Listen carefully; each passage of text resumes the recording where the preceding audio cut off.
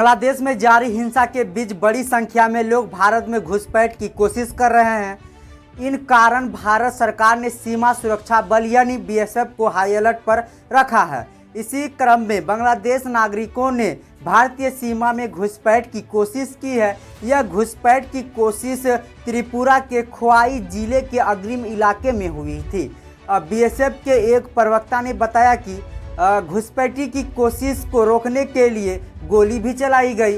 BSF ने बताया कि 12 से 15 बांग्लादेशी नागरिक का एक समूह दिन में खराब मौसम और क्षेत्र में कम दृश्यता का फायदा उठाकर जिले की प्रहमुरा सीमा चौकी क्षेत्र से सीमा पार करने की कोशिश कर रहे थे।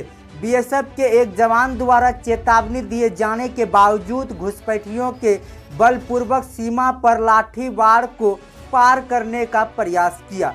घुसपैठ के प्रयास को रोकने के लिए पंप एक्शन गन से एक गोली भी चलाई गई।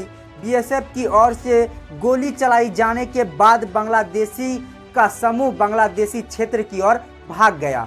बीएसएफ के प्रवक्ता ने जानकारी दी है कि जवानों की सतर्कता के कारण घुसपैठ की एक बड़ी घटना को रोका जा सका।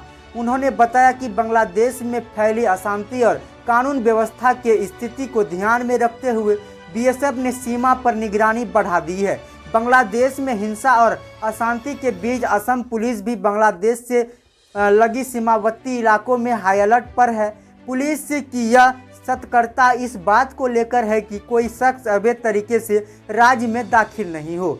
पुलिस महानिदेशक जीपी सिंह ने बताया कि केंद्र ने निर्देश जारी किया है कि किसी भी व्यक्ति को बांग्लादेश से अवैध रूप में भारत प्रवेश करने की अनुमति नहीं दी जाएगी। बांग्लादेश में हिंसा और अशांति के बीच असम पुलिस भी बांग्लादेश से लगी सीमावर्ती इलाके में हाई अलर्ट पर है।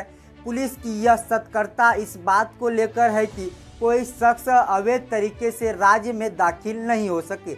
असम के पुलिस महानिदेशक जीपी सिंह ने बताया कि केंद्र ने निर्देश जारी किया है कि किसी व्यक्ति को बांग्लादेश से अवैध रूप से भारत में प्रवेश करने की अनुमति नहीं दी जाएगी। गुवाहाटी में जीपी सिंह ने एक पुस्तक विमोचन के अवसर पर संवाददाताओं से कहा कि सीमा पर बीएसएफ रक्षा की पहली पंक्ति है और दूसरी पंक्ति के रूप में असम पुलिस भी हाई अलर्ट पर है। डीजीपी ने कहा कि हालांकि इसमें एक शर्त है कि भारतीय पासपोर्ट धारकों को, जिसमें ज़्यादातर छात्र और व्यापारी हैं, प्रवेश की अनुमति तभी दी जाएगी जब उन्हें दस्तावेज उचित सत्यापन के बाद वैध पाए जाएंगे।